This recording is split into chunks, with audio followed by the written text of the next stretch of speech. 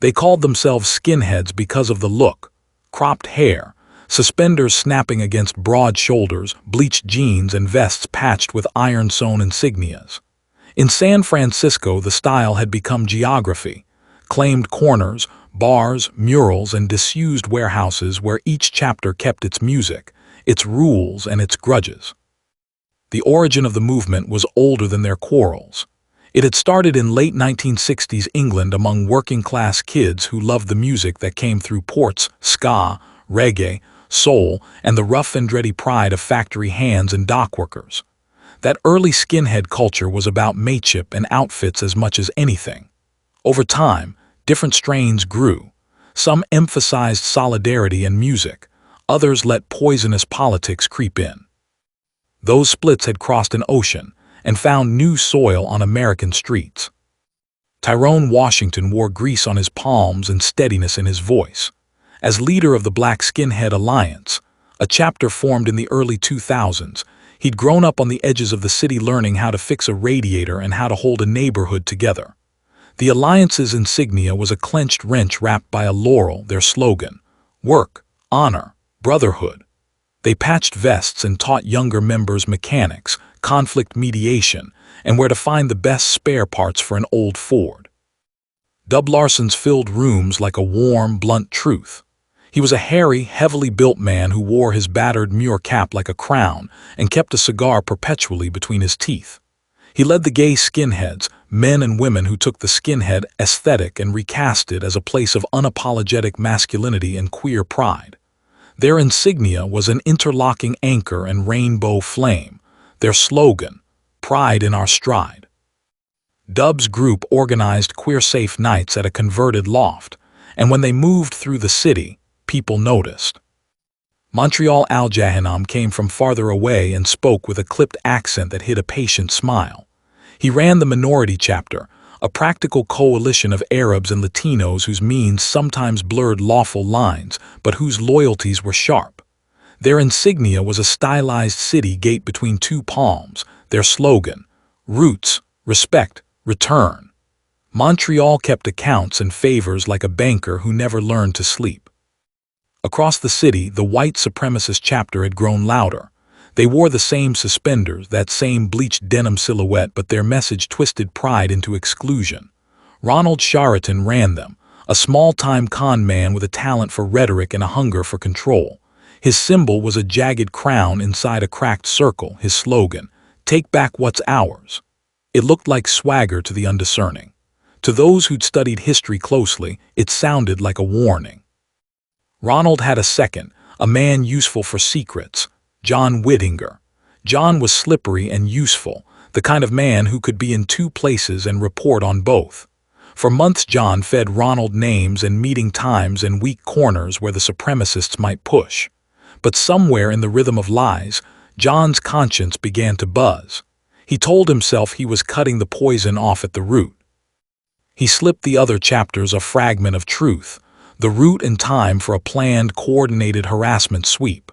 The mission at dusk, the Fillmore at midnight, the piers before dawn. That leak changed everything. For the leaders who'd learned to live with Ronald's pushiness, it was an invitation to act. Tyrone convened a meeting in an abandoned grocery warehouse lit by a single swinging bulb. Dub rolled a cigar between his fingers and laughed at the idea of being intimidated. Montreal drew a map and marked exits. None of them trusted the others fully, but they trusted their streets more. The choice they made that night was blunt. When the supremacists marched, they would not fold. John's intent had been to stop Ronald's escalation, to make the supremacists fail and ruin Ronald's momentum. He wanted a clean break. He hadn't banked on how Ronald's inner circle would react when they smelled betrayal.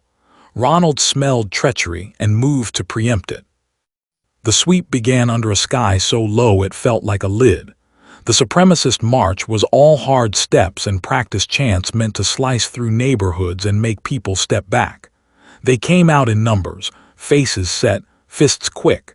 The city's usual hum went stiff. Opposite them, the Alliance's banner unfurled. Dub's crew filled side streets with men and women who wouldn't be spoken for. Montreal's fighters took alleys and flanked exits. John walked with the group that had promised him protection, face set with the heavy worry of a man who'd lit the fuse. When the first shove became a first punch, the fight spilled like water breaking a dam, hurried, simple, ugly.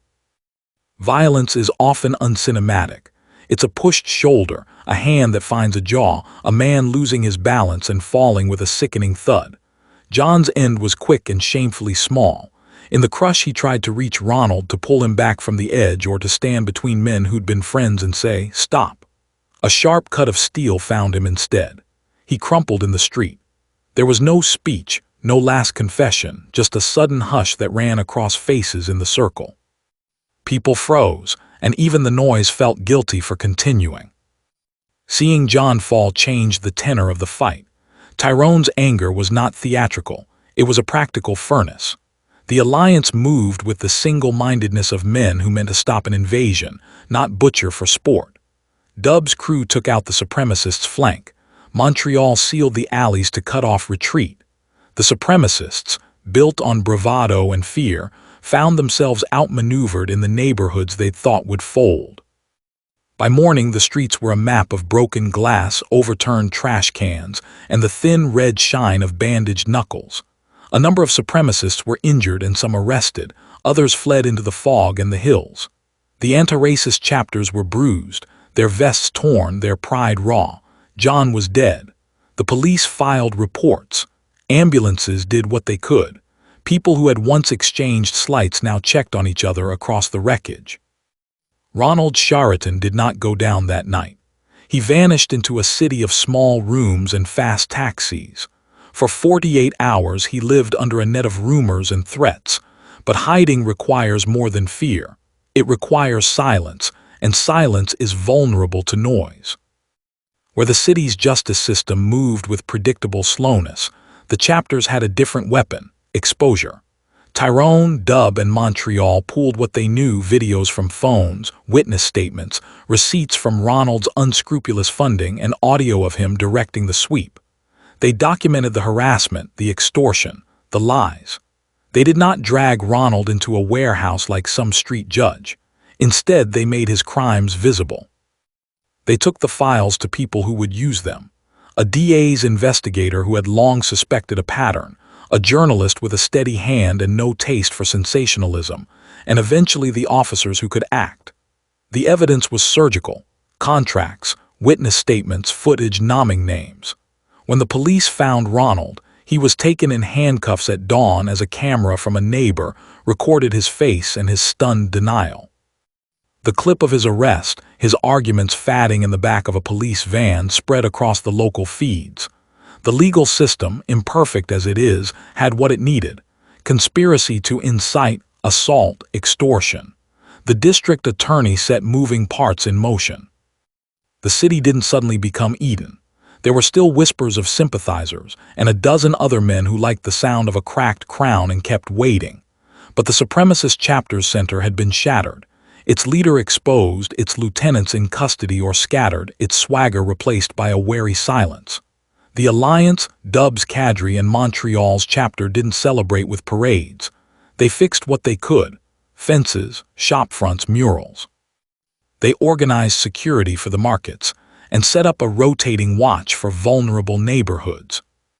Tyrone spoke quietly about history, the English docks where skinhead clothes had first met ska records, and how that thing had split into good and bad.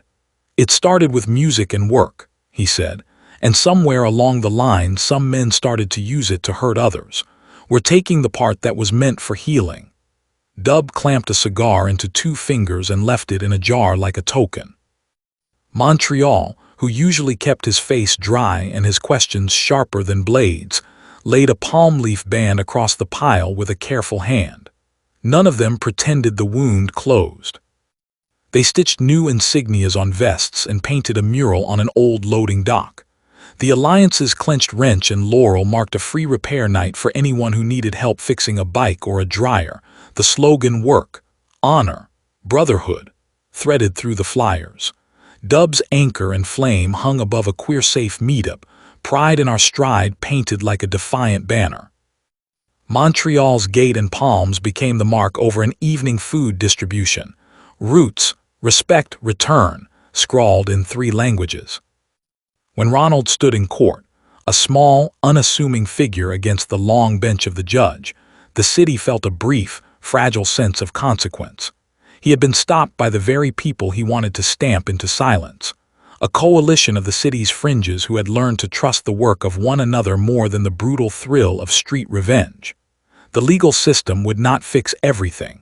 It would not erase the loss of John or the bruises on men's faces. But it put a sequence of records and penalties into place that made the supremacist march less likely to succeed next time. Months later, Tyrone, Dub, and Montreal met again. No theatrics, no bargaining, just shared coffee and plans. They had lost something, and in that loss they found a kind of direction. They still wore their suspenders and bleached jeans. They still patched their vests with insignias that told who they were, but they had changed what those symbols meant. History kept its stubborn ways. The movement that began in English ports had been many things, sometimes noble and sometimes ugly. In San Francisco, a new chapter of that history had been written, one in which difference did not mean less, where old-fashioned was reclaimed for solidarity rather than hate. They had answered intimidation with unity, exposed a predator with paperwork and testimonies, and refused to let the city be mapped by fear. At the end, when streetlights warmed the pavement and the city breathed again, Dub tossed his empty cigar jar into a bin and grinned. "Not bad for a bunch of troublemakers," he said. Tyrone nodded.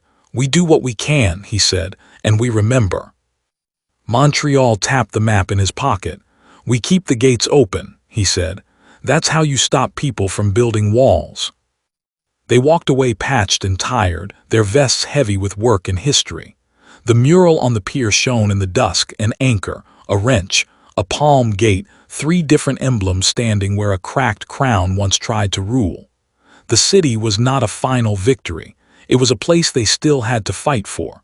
But for now, they had reclaimed a little more of it together.